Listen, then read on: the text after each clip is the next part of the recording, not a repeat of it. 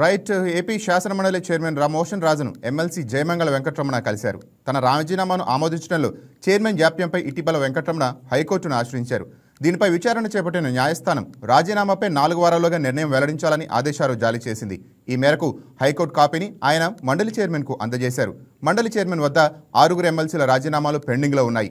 మరోవైపు రాజీనామా చేసిన ఇతర ఎమ్మెల్సీలు మర్రి రాజశేఖర్, బల్లి కళ్యాణ చక్రవర్తి, జకియా ఖానం, పోతుల సునీత సైతం చైర్మన్ కార్యాలయానికి వచ్చి తన రాజీనామాలు ఆమోదించాలని విజ్ఞప్తి చేశారు. ఇక ఇదే అంశానికి సంబంధించి మరింత సమాచారం మా కరెస్పాండెంట్ రాజేష్ అందిస్తారు. రాజేష్. నాని, వైసీపీ నుంచి ఎమ్మెల్సీలకి రాజీనామా చేసిన 6 ఎమ్మెల్సీలు ఇవాళ చైర్మన్ ముందు అయితే హాజరయ్యారని చెప్పుకోవచ్చు. అందులో ముఖ్యంగా జయమంగళంకి సంబంధించి ఆయన ఇప్పటికే రాజీనామా చేసి 9 నెలలు అవుతున్నా సరే స్పీకర్ ఆమోదించట్లేదని చెప్పేసి హైకోర్టుకు వెళ్లారు. హైకోర్టు కూడా మొన్న 27వ తారీఖు 4 వారాల్లో నిర్ణయం తీసుకోవాలంటూ కూడా చైర్మన్ కి ఆదేశాలు ఇచ్చిన నేపథ్యంలో ఇవాళ జయమంగళం ప్రత్యేకంగా హాజరయ్యారు. హాజరైన తర్వాత పూర్తిగా తన వ్యక్తిగత కారణాలతో రాజీనామా చేస్తున్నాడు అనేసి కూడా చెప్పడం జరిగింది. అయితే హాజరైనప్పుడు శాసన మండలి సభ్యుడిగా కొనసాగాలంటూ కూడా స్పీకర్ చైర్మన్ కోరినట్టుగా కూడా జయమంగళం చెప్పారు. అయినప్పటికీ కూడా తన వ్యక్తిగత కారణాలతోనే దాన్ని రాజీనామా చేశాను, దాన్ని వెంటనే ఆమోదించాలని కోరినట్టుగా తెలుస్తుంది. ఇప్పటికే జయమంగళం వచ్చేసరికి జనసేన పార్టీలో జాయిన్ అయ్యారు.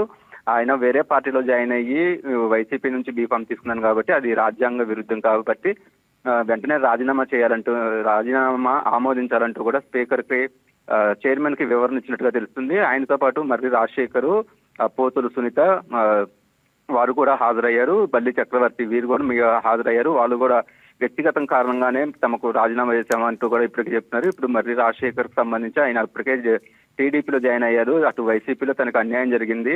చిలకలూరుపేటకు సంబంధించి కొంత ఇన్ఛార్జ్ ఇవ్వడం కావచ్చు, గతంలో వైసీపీ కోసం పనిచేసినప్పటికీ తనకి అన్యాయం జరిగింది, రాజకీయంగా తొక్కాలని జగన్ చూశారు. అందుకే వైసీపీకి ఎమ్మెల్సీకి రాజీనామా చేశానంటూ కూడా ఆయన వివరణ అయితే స్పీకర్ చైర్మన్ కి ఇచ్చినట్టుగా తెలుస్తుంది. మిగతా పోతుల సునీత కూడా ఇప్పటికే బీజేపీలో జాయిన్ అయింది. ప్రస్తుతానికి జయమంగళానికి సంబంధించి విచారణ అయితే పూర్తయిందని చెప్పుకోవచ్చు. ఆయన పూర్తిగా ఇచ్చిన తర్వాత రిజైన్ పేపర్ మీద సంతకం కూడా మరొకసారి పెట్టి అది వ్యక్తిగతంగా చైర్మన్ కి ఇస్తానని కూడా జయమంగళం చెప్పారు. మర్రి రాజశేఖర్ కూడా ఆ చైర్మన్ ముందు హాజరయ్యి తన రాజకీయ కారణాలతోనే రాజీనామా చేశాను, ఎవరు ఒత్తిడి చేయలేదు అంటూ కూడా ఇప్పటికే చైర్మన్ కి వివరణ ఇచ్చినట్టుగా రాజశేఖర్ కూడా చెప్పడం జరిగింది. ఇంకా మిగతా పోతుల సునీత కావచ్చు, బల్లి చక్రవర్తి కావచ్చు, డిప్యూటీ చైర్మన్ గా ఉన్న జలియన్ ఖాన్ కావచ్చు, వీరు కూడా ప్రస్తుతానికి చైర్మన్ ఛాంబర్ లో అయితే ఉన్నారు. వారికి సంబంధించి విచారణ అయితే ప్రస్తుతానికి కొనసాగుతుంది. 2 ఎమ్మెల్సీల రాజీనామాకు సంబంధించి వాళ్ళ వివరణ అయితే ఇచ్చినట్టు తెలుస్తుంది. మిగతా 4కి సంబంధించి కూడా చైర్మన్ 1-to-1 అయితే మాట్లాడుతున్నారు. పూర్తిగా ఎవరైనా ప్రలోభ పెట్టారా అనేది కూడా వ్యక్తిగతంగా అడుగుతున్నట్టుగా తెలుస్తుంది. అయితే కొంతమంది ఎమ్మెల్సీలు బయటకు వచ్చిన రాజీనామా చేసిన ఎమ్మెల్సీలు మాత్రం ఇది రాజకీయ కోణంలోనే చైర్మన్ వ్యవహరిస్తున్నారు అంటూ కూడా కొంత ఆరోపణలు అయితే చేస్తున్నారు. ఎందుకంటే ఇప్పటికే మండలిలో వైసీపీకి బలం ఉంది, వెంటనే అది ఆమోదిస్తే అది ప్రస్తుతం లెక్కల ప్రకారం టీడీపీకి కావచ్చు, జనసేన బీజేపీకి సంబంధించిన కూటమి నాయకులకి అవి వెళ్తాయి కాబట్టి మండలిలో వైసీపీ బలం తగ్గకుండా ఉండేందుకు చైర్మన్ ఇలాగా వ్యవహరిస్తున్నారంటూ కూడా రాజీనామా చేసిన వైసీపీ ఎమ్మెల్సీలు అయితే ఆరోపిస్తున్నారని చెప్పుకోవచ్చు. అయితే ఇవాళ వ్యక్తిగతంగా హాజరై 1-to-1 అయితే చైర్మన్ తో మీటింగ్ అయితే జరుగుతుంది. దాని తర్వాత చైర్మన్ ఎలాంటి నిర్ణయం తీసుకుంటారని ఆయన కొంత ఆసక్తి అయితే ఉందని చెప్పుకోవచ్చు. ఇప్పటికే హైకోర్టు ఆదేశాలతో అయితే జయమంగళానికి సంబంధించి రాజీనామా ఖచ్చితంగా ఆమోదించాలి అంటూ కూడా జయమంగళం చెప్పినట్టుగా కూడా చైర్మన్ చెప్పినట్టుగా కూడా కొద్దిసేపటి క్రితం మనతో మాట్లాడడం జరిగింది. ఇక మర్రి రాజశేఖర్ కూడా ఖచ్చితంగా రాజీనామా ఆమోదించాలని చైర్మన్ కోరినట్టుగా తెలుస్తుంది. మిగతా సభ్యులు కూడా ప్రస్తుతానికైతే ఛాంబర్ లో ఉన్నారు. వారికి సంబంధించి కూడా ఖచ్చితంగా రాజీనామా ఆమోదించాలని కూడా వారు కూడా కోరే అవకాశం ఉన్నట్టుగా తెలుస్తుంది. ఈ విచారణ తర్వాత చైర్మన్ ఎప్పటిలోపు రాజీనామాలు ఆమోదిస్తారు అనేది కూడా కొంత వేచి చూడాలని పరిస్థితి అయితే ఉంది.